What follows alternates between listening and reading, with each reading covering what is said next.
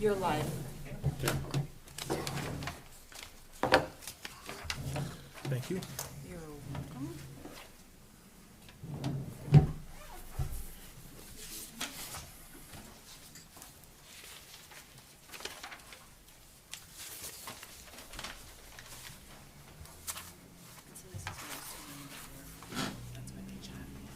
And they have to have the first and last.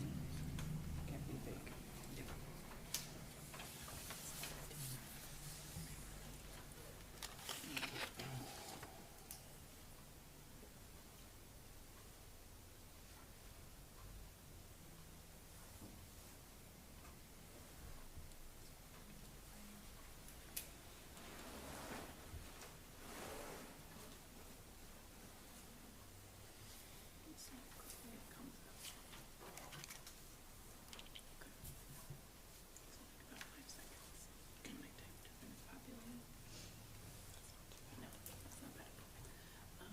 The other thing to watch too, like the lag time. So like sometimes like I'll just watch for little cues, like you just picked up your water bottle, like that would be something that like, count. And just make sure that you really don't want to be more than 10 seconds. It doesn't affect the end user as much, except for when they're chatting. You know, when they're asking a question, because these members, whatever board it is, if they call for the vote, and we're 10 seconds behind, you know, after they call for the vote, because they get a first and a second, any discussion, then that's in the public comments. So you always have to watch that and set the limiter to, you don't give the comments until it's public comment time. Okay. Yeah, just because you see, around some like more sensitive issues or something that people really are weighing heavily in, that chat box will fill up. But you don't want to disrupt the meeting with the chat until it's time for public comments. It's no different than if they were here in the room. What I've done, you know, oh shoot, I need to get you that piece of paper tonight, so that when you have like an anonymous thing, you can respond. So we'll call the meeting order of the Rotorua County Public Health Board. We'll open up with public comment, and then we will go to the plans that we have before us, and then we'll go to our agenda business schedule. I kind of like open up public comment. I read a post on Facebook the other day from a teacher friend of mine that said, in all likelihood, schools are going to open up and kids are going to be required to wear masks. So her idea was that parents should get a mask for their kids and start teaching their kids how to wear the mask properly so they get used to it, so it's not another issue that our teachers have to deal with in school. I think that's a really good idea, because I'm not really so sure that the future for the kids right now doesn't include wearing a mask for a prolonged period of time. So that would really be a strong help to our schools. So that's pretty good advice, I thought. So with that, we'll open up with public comment. Is there any public comment? Okay, yes, Jeff? Jeff Longley, I'm here as Rotarian and chairman of the Fall Fest Committee. And if you don't mind, I'd like to read an email that I sent to our Rotary members related to Fall Fest. Certainly. All right. There's been quite the community chatter since the Rotary Board voted to cancel Fall Fest. I thought I'd try to set the record straight, so if you, as Rotarians, were asked, you would know the background behind the decision. Rotary was proceeding along as if Fall Fest would happen. Frankly, I was taking that stance. My main assumption was that COVID would be behind us and not a factor by then. On Friday, June 26, I requested and was put on the Board of Health meeting agenda, and I attended the meeting. Before my topic came up, the Rodeo Club had a long discussion with the Board of Health members, and their plan for holding the event was ultimately denied. When it was my turn, it was quickly apparent that Rotary would have a hard time coming up with a workable plan. The Board of Health did not tell us we couldn't hold Fall Fest. They did, however, express doubt that we could come up with a workable plan. Again, the Board of Health did not tell us we had to cancel Fall Fest. Paraphrase, they said, "We can't see how you can come up with a plan that will work, but if you develop a plan, we will review it." On Tuesday, June 30th, the Fall Fest Committee met at Heritage Park Pavilion to discuss our options. We ultimately voted to recommend to the Rotary Board that we cancel the 2020 Fall Fest. Reasons for canceling: COVID cases were increasing, rather than my hope of decreasing. We felt it was likely that we might return to a level 1, a more restrictive stage, because of the increasing cases. Number 2, an acceptable plan. We discussed some of the policies and procedures we would have to put in place if we tried to have a Fall Fest.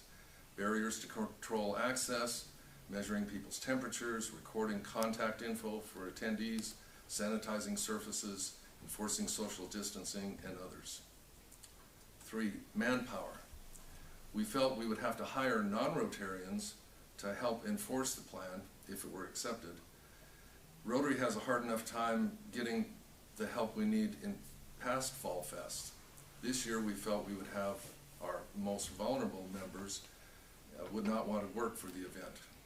We felt we would have to hire help and would reduce our income from the event. Insurance. Since the county's insurance company recently notified the county that they would not cover events like Fall Fest, we would have to bear the total risk. Quality. We were concerned that even if we could come up with an acceptable plan, the event would be substandard and we did not want to have a less than quality event. The Rotary Board voted via email to accept the Fall Fest Committee's recommendation to cancel the event. Thank you, Jeff. Thank you, Jeff.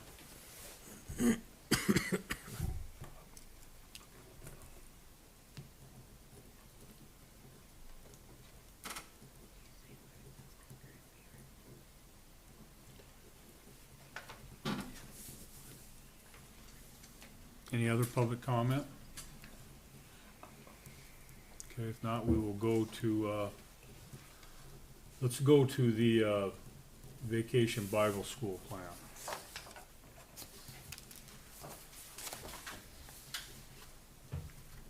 have copies of the plan if you didn't have time to print them. I'm sorry, I know Daryl had a copy of it. I have, Did you yeah. get a copy of it from? You want a copy? Anyone else like a copy?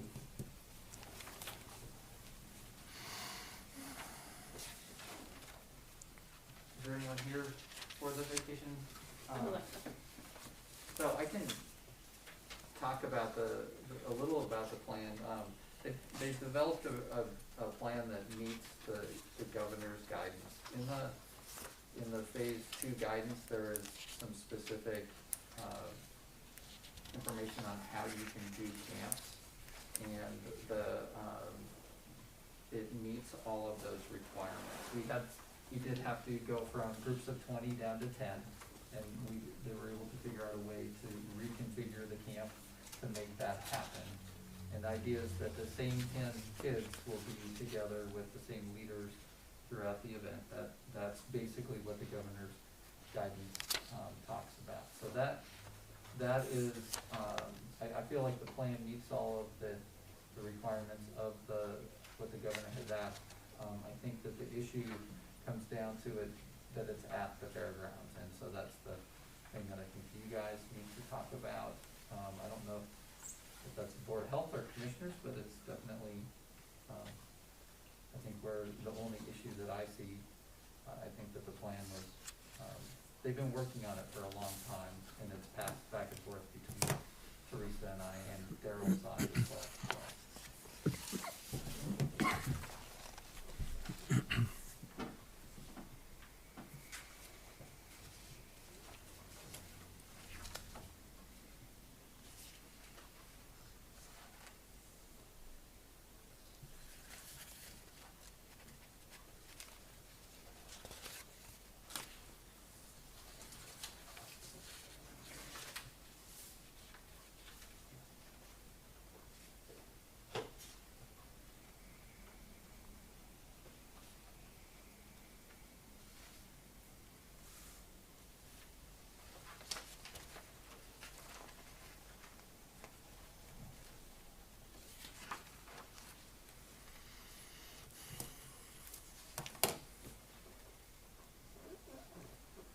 Is the plan for this mostly to be outside?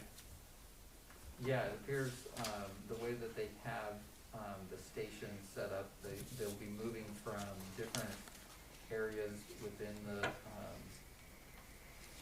fairgrounds to kind of keep the groups separated, and, also he is, even in the groups themselves, they're, outside, or in the grandstands or things like that.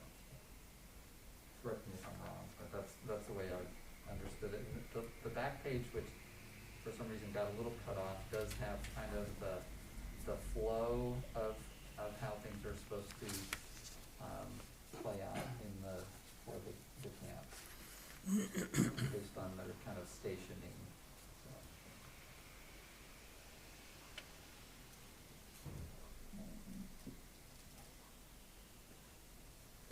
It looks like it's not a full day either, right? It's from 8:30 to 12:30.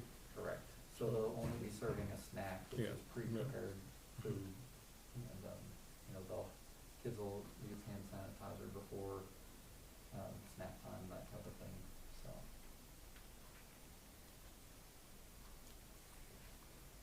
It looks like everything's all prepackaged, right? Yep.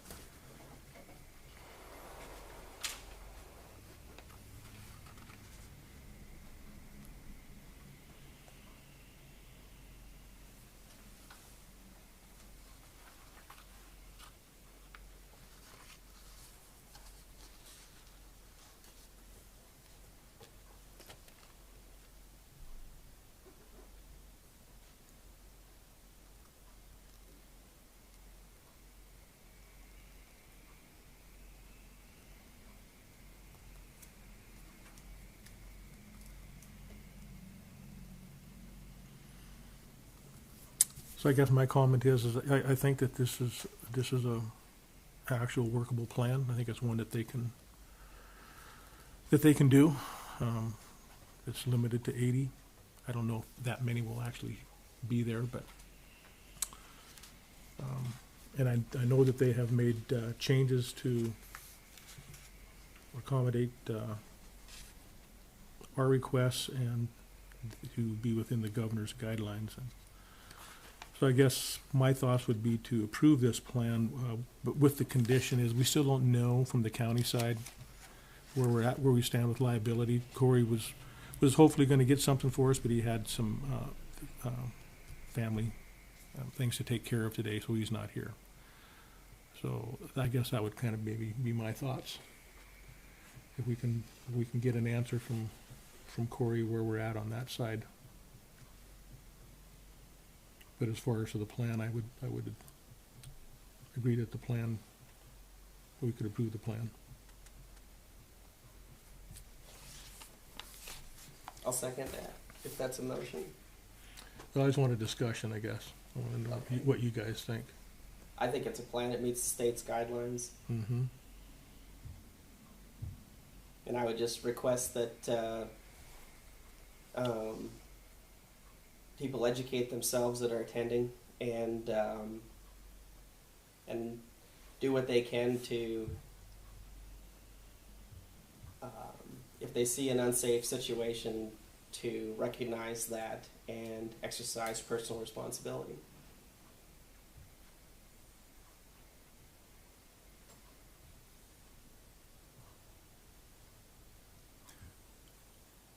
I would agree with Daryl. I think it's a well thought out plan. It looks like they did quite a bit of work on it. The only issue that we do have is not as public health, but as commissioners, is whether or not we can get some kind of a waiver form, either from Corey or from Mako, that people would sign before the event. I think that's doable. When does this take place? Scheduled for the week of July 27th. Mm-hmm. I can tell you that we've had to submit, or will be submitting, our insurance information Okay. to the, I think it's to the fair board. Oh, sure. Whoever we're renting the facility Yeah. from, Okay. we're submitting, they're requiring insurance Mhm. information from us too. Okay.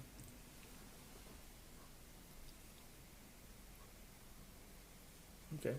Well, I guess then I will make a motion that we approve the plan for the Vacation Bible School with the prerequisite that we find out on the liability issue from the county.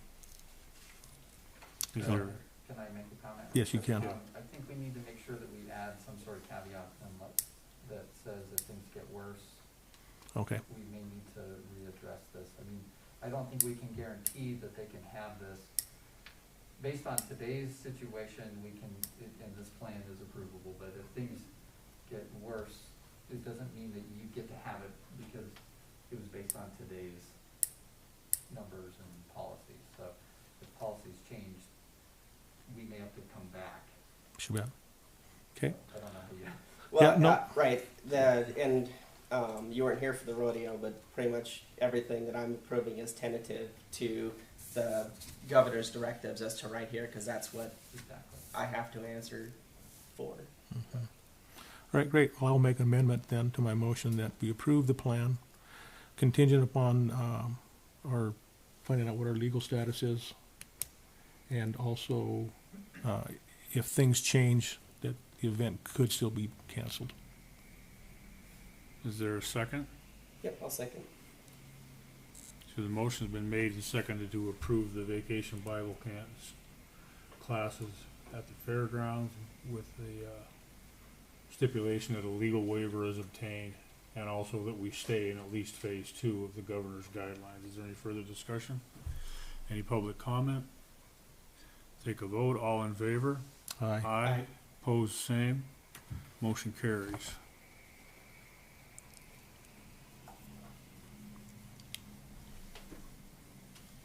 Thank you. Thank you, Alexa. So the next one is the Rod and Gun Club.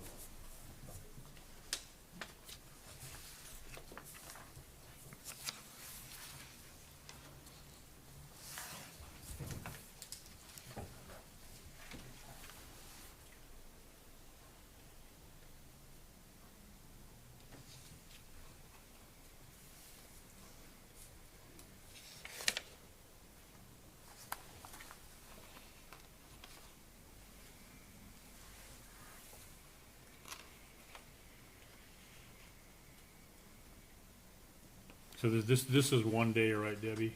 Yep. Okay, Rules meeting is tonight, fishing is tomorrow. okay. And Sean and I have talked a lot and emailed a lot about it. Yeah, we've gone back and forth on this, and, when I basically, I will say that I gave them approval of this because you had given me the authority to do that, so, the plan is very similar to the walleye tournament, that was held out at the through the silos, whatever they called them, sorry, I can't remember, whatever that walleye tournament, but we used a lot of that and also, talked a lot about the ability of the before and after events. Those are the things that we have to worry about. The fishing part, is simple. Everybody's on a boat, and they actually don't want anyone near them. So, that's straightforward. It's the before and after, and I think that we came up with a plan on how to handle that. Once again, it will take some personal responsibility, but also the Rod and Gun Club, I think, came up with a suitable plan for that.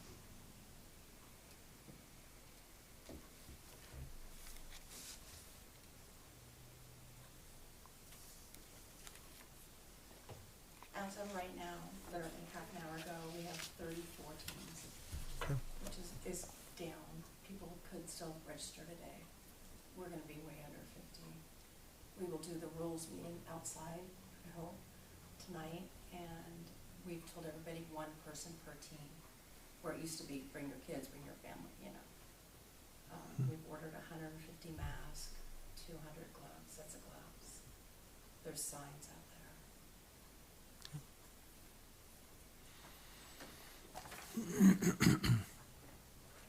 And you have a plan for the ceremony type of thing afterwards, right? Exactly the same as the rules. Yep. I'm sure for the awards, people's families will come out, but Mhm. again, it will be outside. Mhm. Doug Barker will scream and yell about social distancing. And we have communicated with all the participants via email. They have the form to sign via email. Nobody has said any objections whatsoever.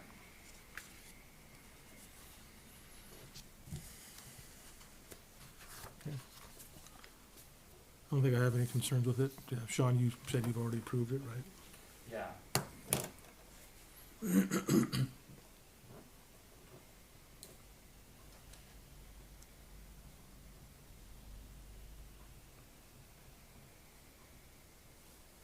See, Darryl? Yeah. Can I borrow that copy from you for a second? Oh, yes, you can.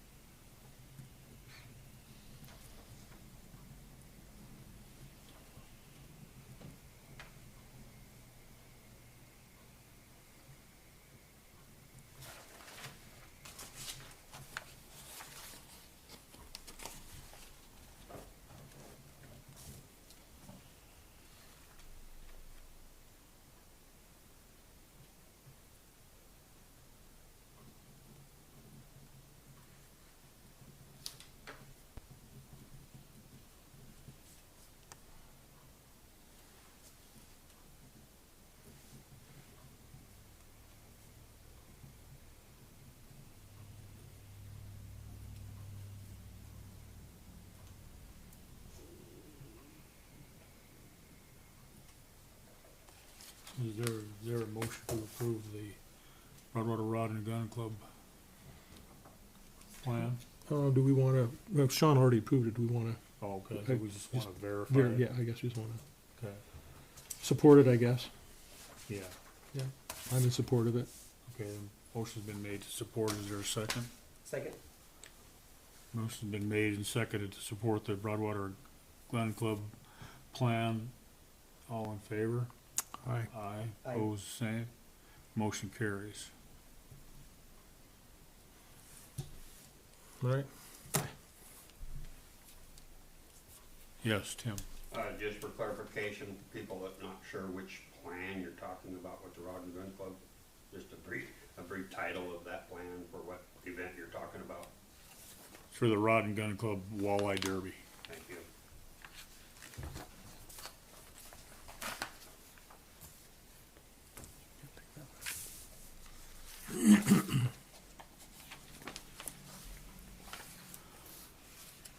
Okay, so now we will move on to our agenda. Public Health Officer, not here.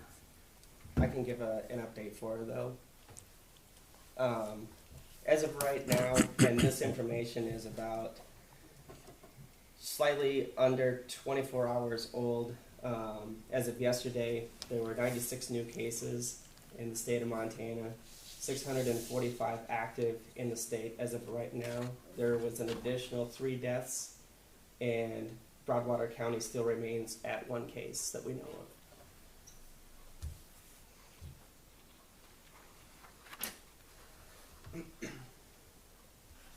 Is that 96 new cases in what period?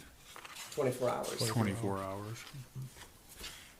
It happened at the majority of them happened at a nursing home in Billings. And so, obviously the conditions in a nursing home lend itself to spreading this particular illness, so.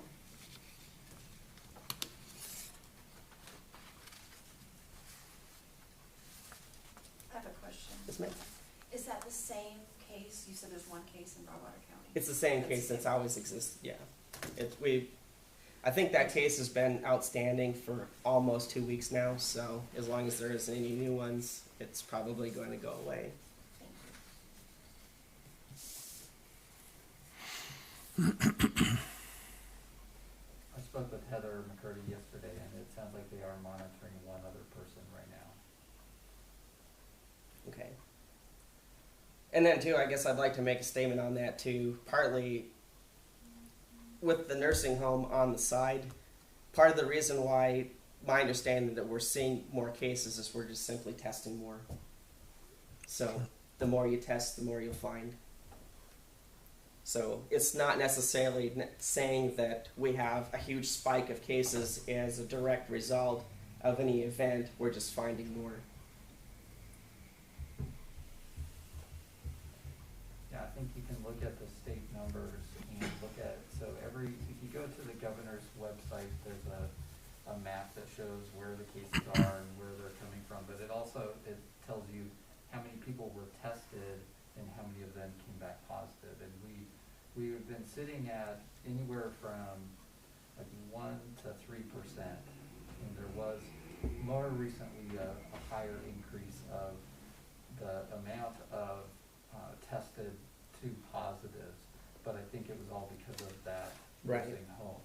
So, those clusters are the ones that I don't want to say we're comfortable with, but they're not community spread. That's a cluster that's at a facility. Right. It's the community spread ones that we're really worried about, and I think if we take those numbers out, we're still very low in terms of nationwide testing versus positives. I don't want that to make it seem like, oh, we can just stop doing what we're doing. I mean, we need to continue to keep that curve flat, or right now I'd say we need to be working a little harder to get it back down, because we will at some point start overwhelming our facilities. Well, I'm glad you brought that point up because COVID-19 is not directly a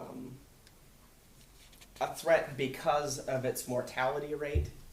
It's a direct threat because of its ability to overwhelm our healthcare system for an extended period of time. So Montana has approximately just over 1 million people in it.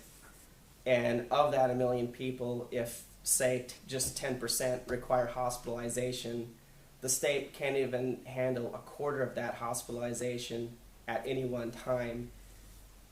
And you're talking about a period of time where it's not necessarily like the flu or something where somebody can just come in, be treated for 3 days, and then they're out. We're talking a period of time that they're requiring treatment from anywhere from 2 weeks to a month's worth of treatment.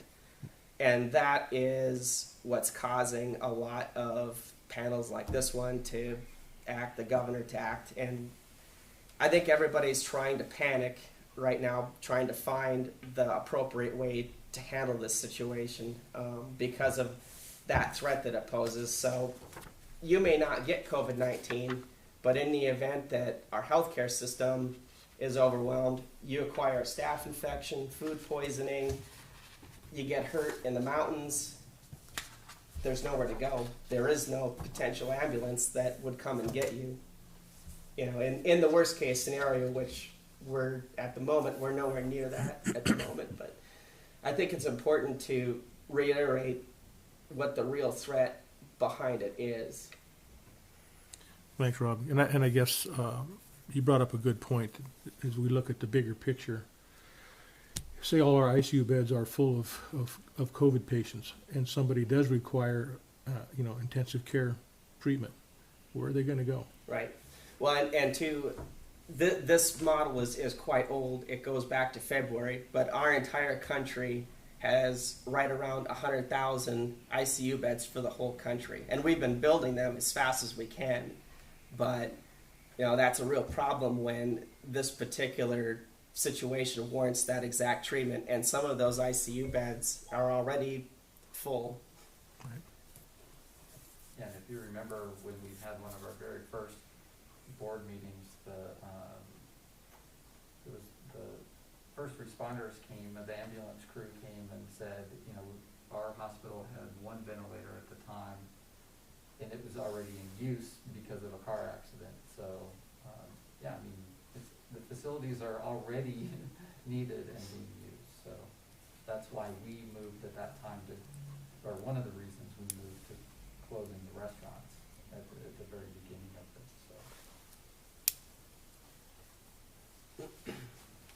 So I guess the big thing that I really want to drive home is my doctrine in a public health setting is to empower the public to make a decision and to give you what we know and to be transparent so that everyone here can make their own decision regarding your personal safety, knowing the risks and what's out there. I kind of feel that COVID-19 has kind of become a boogeyman, and there's not a lot of actual information that's being widely distributed about it, because we all get hung up on how many people that it itself is killing, and it's at the moment right now it's quite low outside of a particular risk group that certain people fall into. It's very serious for those people, but for a vast majority right now, a lot of people that you've probably already had it and you've been asymptomatic, you know, is pretty, I guess, widespread information, because even right now we're looking at approximately 40% is asymptomatic, which is one of the reasons why they're catching a lot more cases that through the increase of testing, because people, it's been opened up to people that aren't even symptomatic to come and get tested, and lo and behold, you have the antibodies, and you either have it or had it.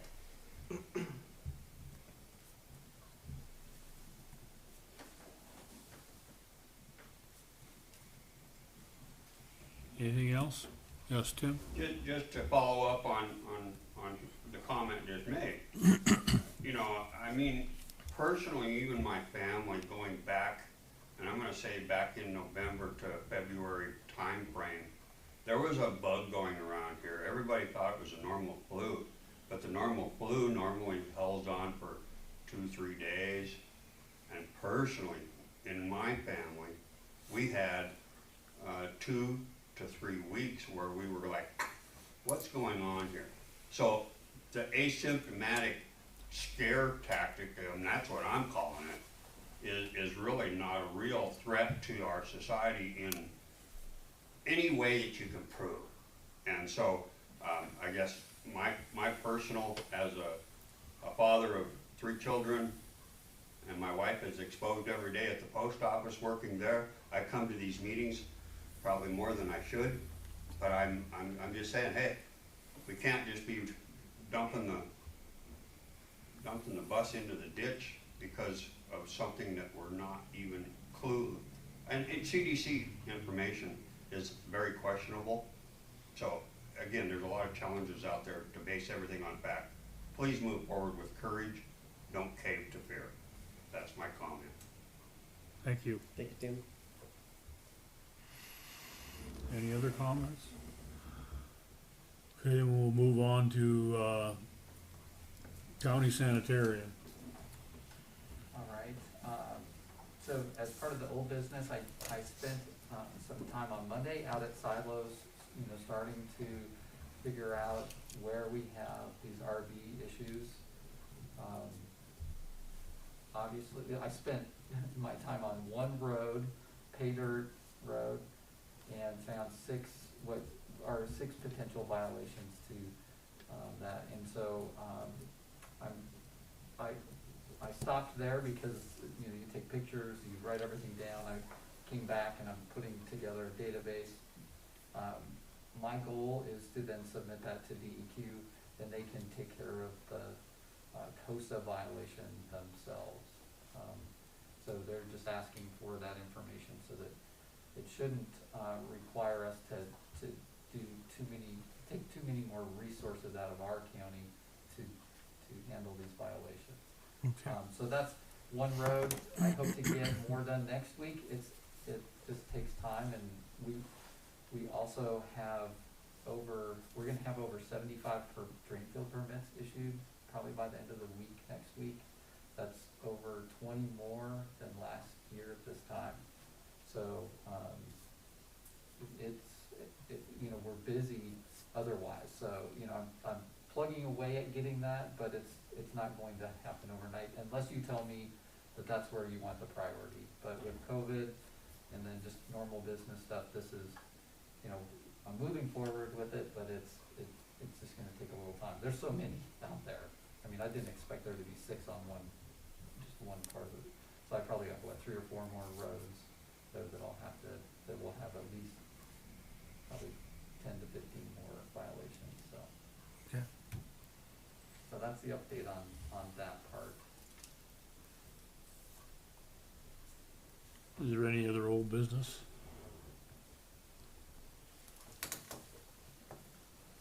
Okay, now we'll move on to new business. Let's see, we'll go to the festival petition. This was a petition that was brought to us with supposedly 378 signatures, but in actuality, there's only 28 actual signatures on this paper. 175 are from Townsend, Toston, Raidersburg, and Winston, and 203 are from other spots. If you want to address this, sir? I'd be happy to.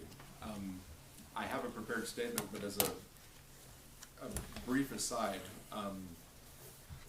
MCA Title 13, Chapter 27 requires paper petitions for the sake of ballot initiatives and referendums. We're not seeking that.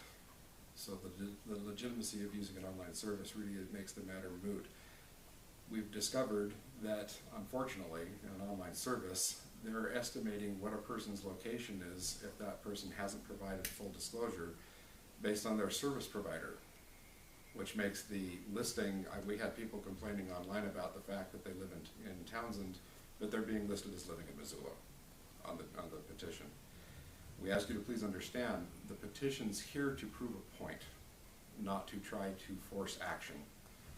We're trying to expose the fact that there's a growing group of people in this area who are becoming disillusioned by the general policies of the board. If you don't mind, I'd like to continue with my prepared statement. Okay. Thanks. I was disappointed 2 weeks ago to learn of this board's decision to cancel the rodeo.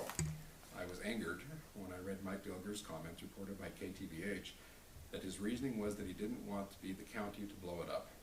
Neither Mr. Dilger's nor any other board member's personal opinions are justification for a decision that affects the livelihoods of thousands. It was a selfish statement that made light of both the effort our sheriff had made to provide for the safety of rodeo attendees and the needs of our businesses. But it did expose a greater problem in the county than COVID-19 will ever be: fear. Over the last week, I've spoken with many people about their fears. Fear of disease, death, poverty, fear of strangers, fear of litigation, even fear of our neighbors. I have with me today the final collection of 469 signatures. They represent between 5 and 10% of the county's electorate. On the petition to restore the county's festivals. We recognize the difficulties involved with operating these festivals, and we recognize that it may be too late to restore either festival, but we no longer wish to be ruled over or controlled by fear. I've recently heard a number of people express their fear over what they believe are large jumps in new cases of COVID-19. As a trained engineer, I understand small number theory. As I wrote this statement, Broadwater County had experienced only 5 total cases, representing approximately 0.08% of our population. Montana's rate, only 0.14%. The world's rate, only 0.16%. Compare this to the Spanish flu of 1918, which is estimated to have infected a full third of the world's population. If Broadwater County today suffered that level of infection, it would have experienced 2,000 cases of the disease and 200 deaths. All of the public health practices we have imposed on our population today were tried in 1918. They distanced people, they required masks and better sanitation, they closed businesses and issued stay-at-home orders, and they all failed. An old science anecdote tells us the definition of insanity is to do the same thing over and over and expect different results. History has proven that limitations and restrictions such as those imposed by this state and this board have no appreciable benefit despite what so many believe today. What then is different? A century of improved sanitation technology, improved medical technology, improved health sciences, and improved communication and response. That's what's different. But we have let fear rule the day.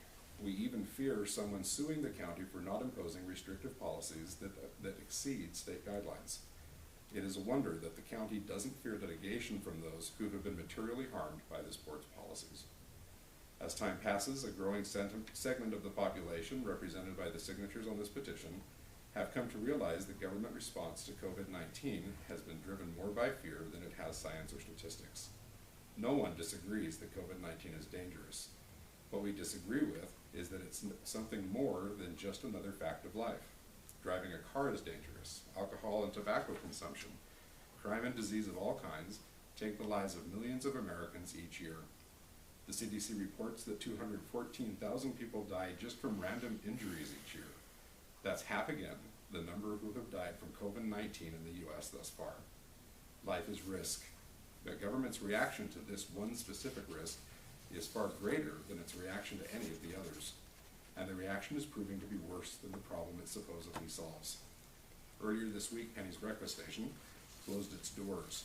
It could be said it was the first actual casualty of COVID-19 in Broadwater County. But it wasn't COVID-19 that forced the business to close. It was state and local policies that killed it. Our country is presently in the grip of a revolution. People are rioting and looting in the name of social justice. Actions that only weeks before would have been looked upon with the greatest abhorrence due to the asserted public risk they represented have become lauded and even encouraged as a legitimate expression of our constitutional freedom to assemble, a freedom that has been denied the residents of Broadwater County.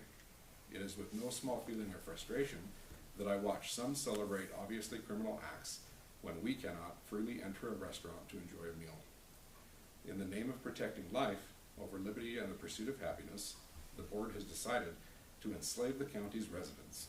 Enslave is a harsh word, but the restriction of a civil right is enslavement. We, the petitioners, are not asking for everything to simply return to normal. We recognize the need to protect the elderly, to accommodate where practical social distancing, and to use heightened sanitation procedures. Indeed, we applaud and support Sheriff Meehan's plan to host the rodeo in a manner consistent with state guidelines, and remind the board of this county's successful solutions to Easter and graduation celebrations. But we reject this board's belief that momentary activities such as our festivals and the use of our local businesses and churches represent a greater danger than visiting Walmart, which is open 15 hours a day, 7 days a week, and caters to thousands daily. By limiting public access to businesses and prohibiting festivals that local business owners and employees depend on for both life and livelihood, the board has at best secured a dubious safety at a very high price. We believe the economy of Broadwater County must have greater weight in the board's decisions. We therefore petition the Broadwater County Board of Health to restore our county's festivals, to remove all restraints to free trade, to allow our churches to gather prominently, and to allow our people to practice every civil right without restriction. We petition the board to remove any and all restrictions that could be used to justify lawsuits that further enslave the honest, hardworking citizens of this great county. Indeed, we petition the board to make a clear statement that frivolous lawsuits will be fought in support of our citizens' livelihoods. Should the board conclude that present limitations and restrictions must remain in place, we petition the board to provide scientific and statistical evidence, not opinion or fear, to substantiate its decisions.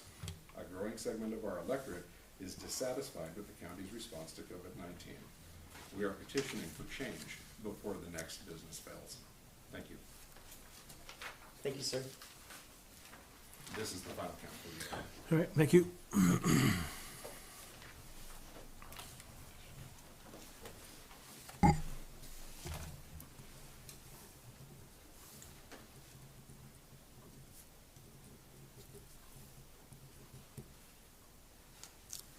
Is there any comments?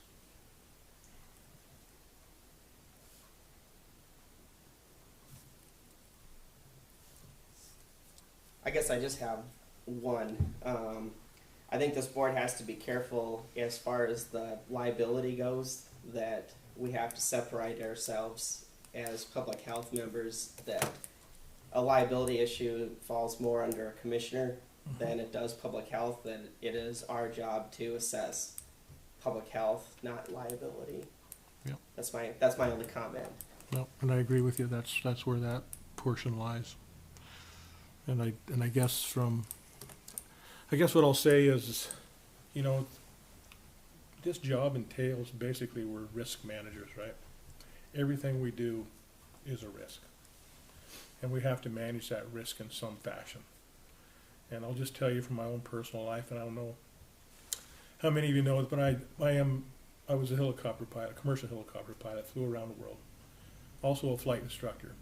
And as I teach new students, the thing that we look for is their aeronautical decision-making skills. They may be greatly skilled pilots, but if they don't have good aeronautical decision-making skills, then that's something that concerns us. And sometimes those skills can and cannot be taught. And as you think about a flight, it doesn't start when you get in the aircraft. It starts way before that. It starts in the pre-flight phase. First off, you need to make sure that you, as the pilot, are safe to fly. You check your weather. You check all your NOTAMs and things of that nature. Make sure your aircraft is in a condition to fly safely, because you have the responsibility of all those passengers that fly with you. So that skill carries over with me, I guess, in this job, and those are the things that I think about. Yeah, I know that there's people that think that we're making our decisions based on fear, but we're not. And I'm just talking about myself personally. I make my decisions based on managing what I feel is the best risk for our community and for our county. And I guess I stand by my decision. That's all I have to say. I guess one other thing I would like to say is this. If there was, for some reason, a death in this county that I could have prevented by maybe making a decision, how do I look that family in the face and say, hey, I'm sorry that the decision I made contributed to the death of your loved one or your family member.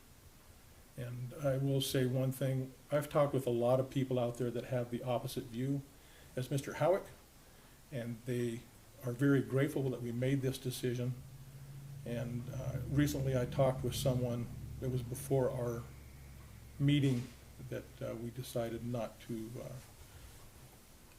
approve the plan for the fair and rodeo. And their comment was, Daryl, please take care of us, watch out for us. And that comment has stuck with me. I guess that's it. Mike, Debbie Randolph, I have a question. Are there openings on the Board of Health? Are there openings? There's one opening that we actually received a letter of intent on. Oh, do we see two? No, we have two. Oh, we do. It's a 5-member board. Yeah. So I guess depending on how you want to look at that. Yeah. 1, 2, 3. Is one seat reserved, one of those is a commissioner seat? Do you want me to answer this question? Yeah. I'm sorry. Nicole Brown. So it's not actually, the only reason the commissioners are sitting on this board is because we don't have enough public involvement. Mm-hmm. Similar to the instances we've had it with the weed board or the mosquito board specifically. The commissioners don't have to sit on this board, but by default, according to MCA, if there's a vacancy on a board, it is their responsibility to step in and sit on that board, similar to if it was a trust board, planning board issue. So this is a 5-member board. We do have an application for another position that I'll be bringing to the commissioners on Monday. So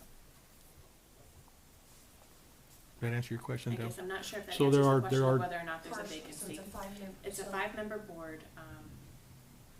We could certainly take another application. So you could, in theory, have the Board of Health and not have any commissioners. And not have any commissioners, exactly.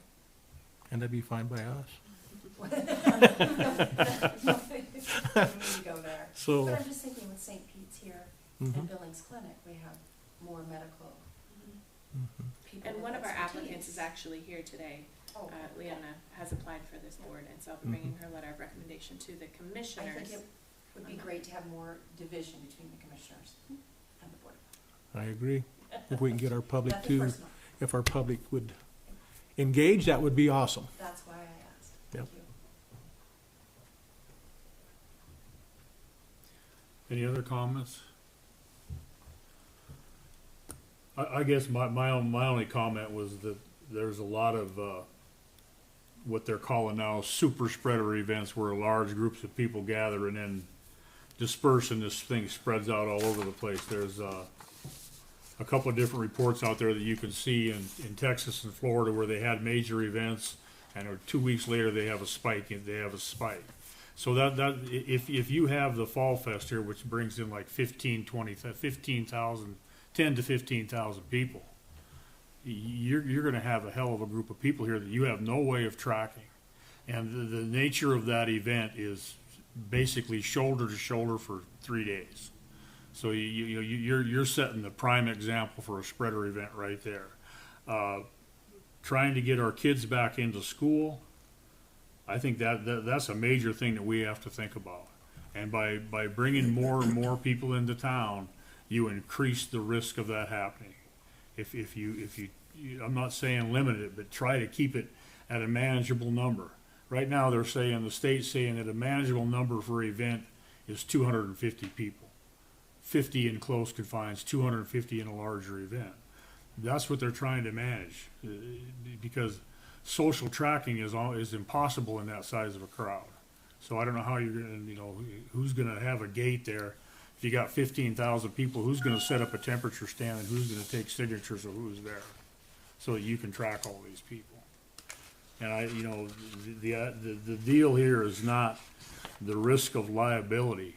It's the risk of trying to get life back to as close to normal as we can get. I don't think by October, I'd be very surprised if we're not back in stage 1. I hope we're not. I'd like to be in stage 3, but I don't see that happening. Yes. I respect the fear about large group gatherings, but the reality of the statistics is that there's only, at worst, a 0.16% chance of spreading. It doesn't magically become tenfold. The groups that are growing are not growing at rates that are statistically greater than they would under normal circumstances in life. This is an interesting problem with the pandemic. This isn't new, it isn't different. Humans face pandemics all the time.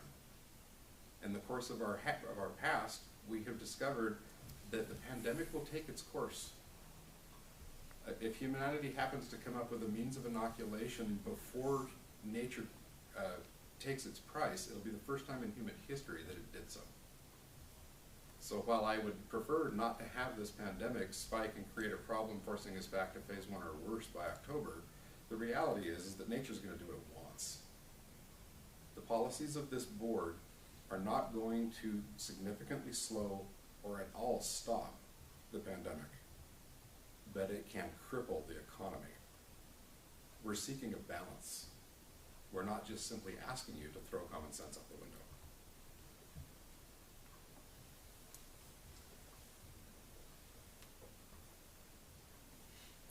Yes, Commissioner? No.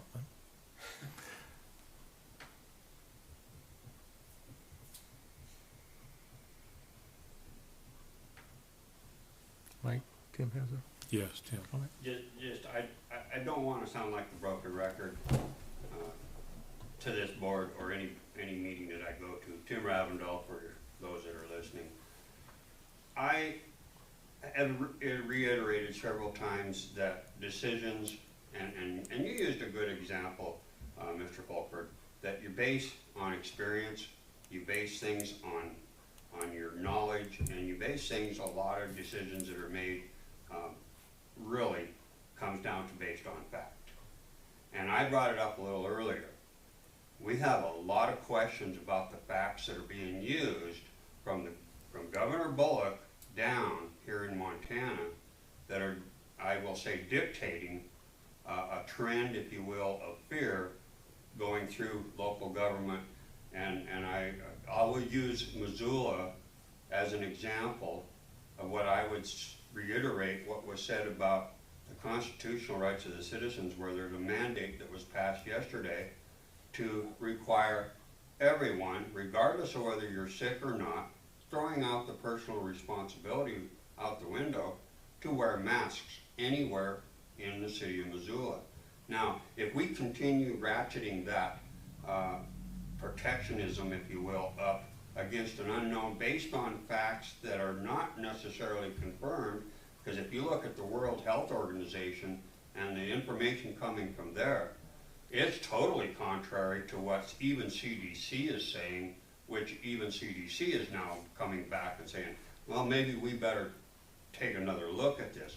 So again, I understand the pandemic has pushed us in society to be on guard, but at the same time, I see a lot of the decisions being based on again, I apologize for saying fear, but it is being based on fear. And Mr. Delger has brought up the school issue several times. Let me ask right now, is there someone from the school district in this room right now that can bring forward their position in where this is at? I haven't heard that in any of these meetings. And so it's concerning that we're talking about making decisions even for other authorities without them even being here. So I could go on, but I apologize to this board for sounding like a broken record, but it is a concern to me. History in Broadwater County has certainly given me a lot of lessons in this. Thank you. I'll just say too, you brought up the WHO. The United States is withdrawing from that organization formally. We're in the process of. Another example of where we're at in America. Thank you. I guess my comment, I guess to you both made one, and my mission still remains the same, is to be as transparent as possible and provide as much information to the public as I know.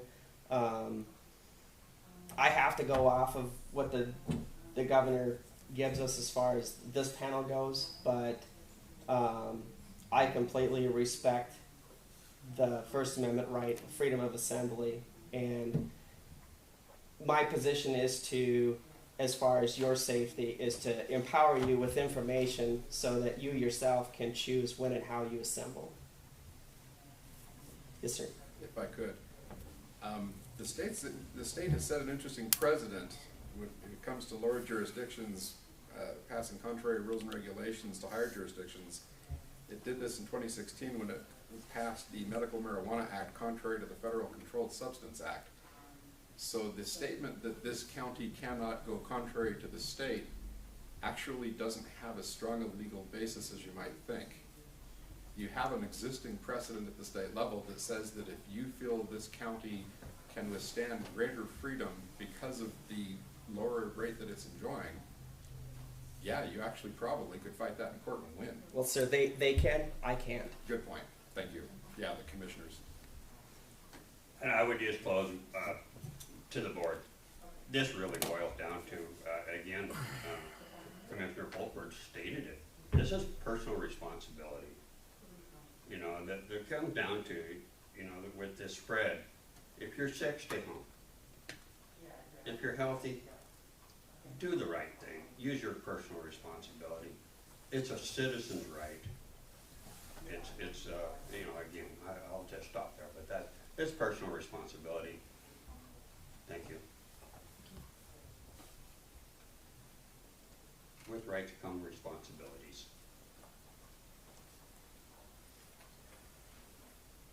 And again, sorry, Tim Ravendall. Any other comments?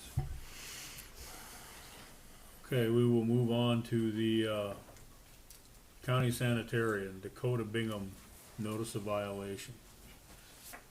So we will be issuing a notice of violation, and I have seen in the past that notice of violations come from the Board of Health, and so I'll write it up.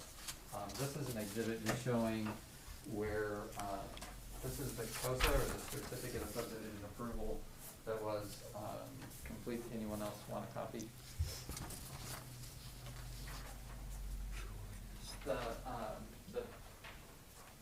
You'll see in the track 3 is the parcel, and it's outlined in pink. And then the well location that was approved based on the certificate of subdivision approval was this light blue. The light blue dot with the light blue, circle is the circle around that is the 100-foot isolation zone. The well, and I just kind of estimated it in this figure, but, it got put, probably 25 feet closer or to the east of where it was supposed to. If you move that blue circle 25 feet, you'll see that it goes into the neighboring drain field approved location. So, I've talked to the Binghams and they have indicated that they don't know what to do. They gave this drawing to the well driller, and the well driller put the well where they put it. That's really not, they're responsible for what happens on their property, so we will have to issue the notice of violation to them based on that, and then however it works out, they will have to work out that with the well driller. But right now, that well is closer than 100 feet, which is the state law, and actually our county regulations also say that. It's kind of a proven fact based on some virus studies that I actually was involved with in college, that 100 feet is just, they picked it many, many years ago, but it seems to be very protective. We get closer and things start to get a little out of whack. So anyway, there will be a notice of violation that I'll write up and I'll send it to the board, and you guys can, I think we can just do it based on emails, and then Mike, you're the chair, so you'll just have to sign it before it goes out. I'll work with Corey on it as well. I haven't done a notice of violation. I've been able to work with the people in the county so far without having to issue notices of violation. But this one, I'm afraid they won't do anything until they're told they have to. And I get it, it's gonna be expensive. So. Any questions on that? Have you been in contact with DEQ? I haven't yet, Okay, no. so they haven't seen this or had an opinion? Well, yeah, they won't let you move a well Right. 1 foot from that, let alone, even if it still met the setbacks. They're very specific on where, if that well was approved in that location, you're required to put it in that location, so.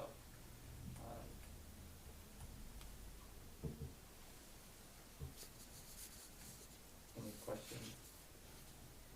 Thoughts? Are all these other lots, is this lot to the north, is it already established? Yeah. The that house and the happens to drain field are be, both there? Shane, that with BSE. Shane too? Yeah. Well, yeah, this is the 2 minor subdivisions, I guess that's, yeah. And then the lot to the south has been developed as well, tract 4.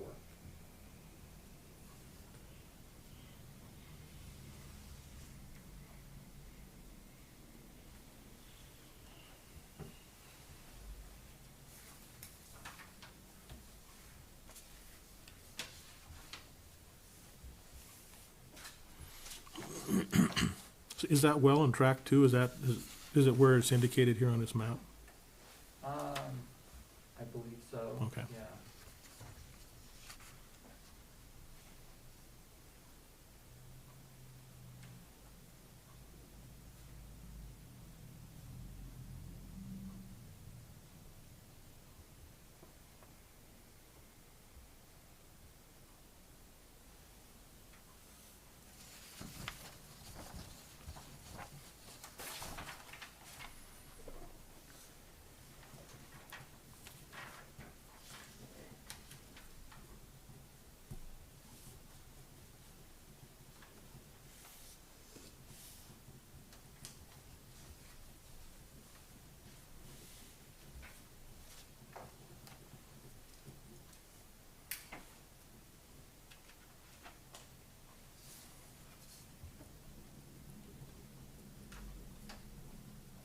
Have just a quick housekeeping issue.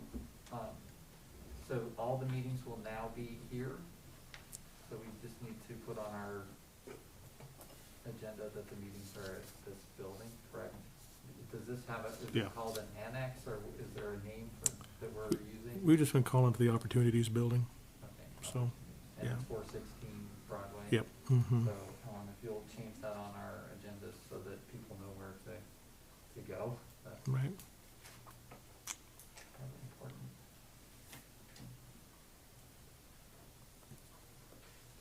did post a note down on the door this morning so that people could find it here.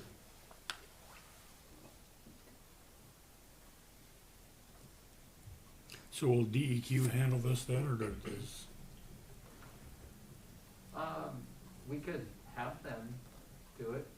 I think that normally these types of violations are done locally. But that's why I thought I would talk to Corey and see how he wants Okay. to proceed.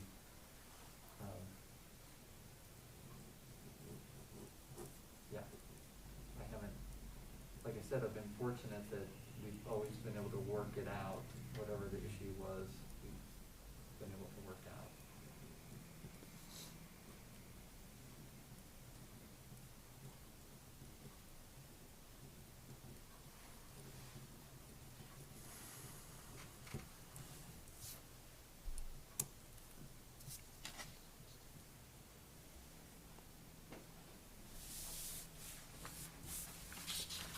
Oh, and I guess I do wanna ask, from here on out, do you want to see all the plans, the COVID-19 plans?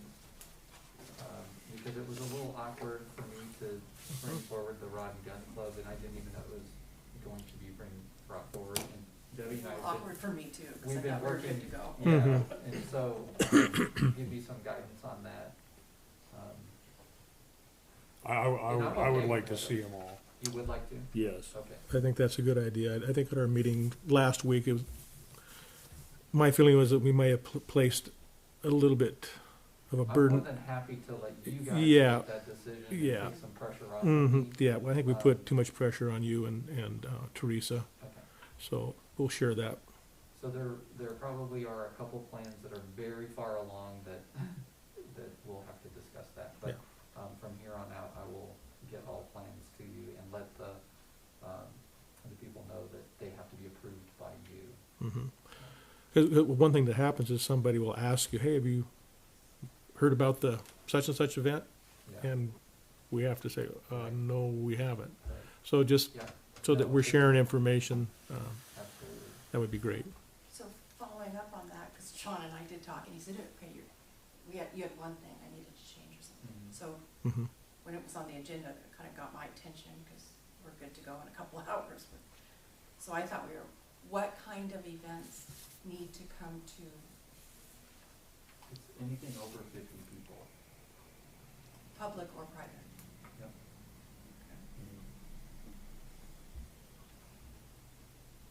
So has the Shoot for the Cure gone through this So process? they have been working with me. Okay, that's So, another, yeah, okay. That'll be one that'll be See. full. See, that's a great Saturday. example right there. That's tomorrow. Yeah. Yeah, and that See. was, so that plan was approved, and it's Good. very similar to your Yeah. plan. And I just wanna make sure any organizations I In work fact, for, we do the right thing. we changed to make sure that they had a catering event, or that they catered the food, or that they got an exempt, they ended up getting an exempt license because after I went through that was the only thing. But that's the archery shoot, so it's similar to the shooting events that we had earlier, and so it's organized exactly the same way. So, and it's almost borderline, I think, on the 50 as well at this point, but, yeah, so I will, I will make sure that all those events are forwarded to you now. So sorry, one more question. So are you doing exempt permits now for food? I guess we can if they are, if those events, if it's a social event, it's a little tricky, if the event is specifically based on a social activity. For a nonprofit? Yeah. We've always gotten exempt. So, this is maybe some discussion, but if it's let's say it's a fundraiser and the Yeah. fundraiser is only a meal, I think it's gonna be difficult to, unless the plan comes forward that you're gonna have picnic tables and outside seating and different things to maintain that social distancing. It comes down to a lot of the same issues that we have with the rodeos, that social, or activities that are specifically social are very difficult to guidance of social distancing, so. So basically, any event needs to come to the entire Board of Health, including Sean. Is that right? As far as a plan? Yeah, it that starts what I'm with hearing? Teresa and I, Okay. and then it will now go to the Board of Health based on, unless it's under 50 people. So like the museum approached me because I guess they had a person that retired and they wanted to do a little retirement get together in the park, but they think it's gonna be 40 people.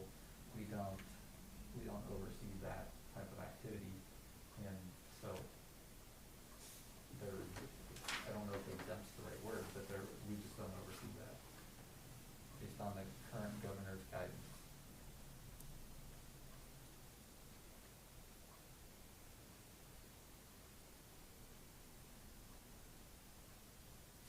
So I'm just sorry, I just worked for so many organizations. So any event under 50 people does not need to come to you guys? Correct.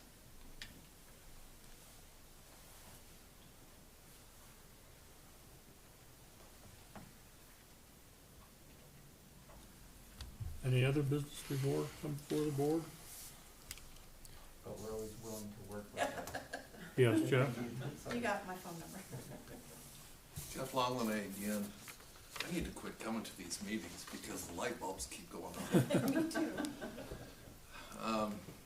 So last month, Rotary, instead of a slice of summer at the park, we had the drive-in movie at the rodeo.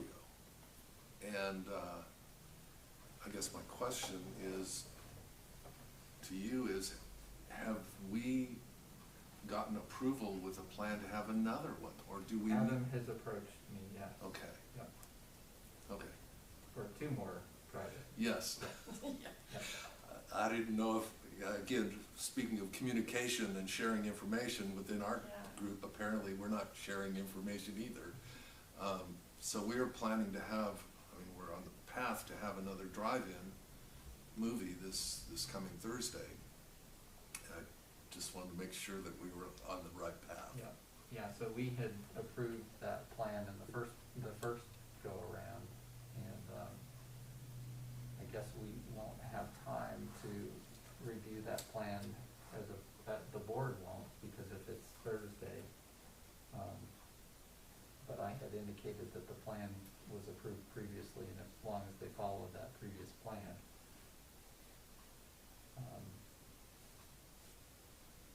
I feel like the drive-in, as long as they manage people in their cars, they're going to be, that is a way to, that we know that they are following social distancing, and the big, we actually were at the fair board meeting with the same night as the first drive-in, I think.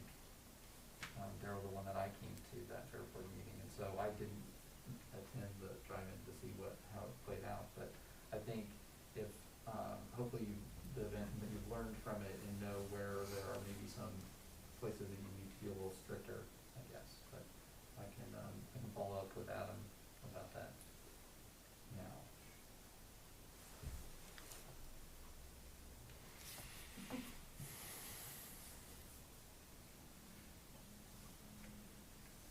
Is there any other comments?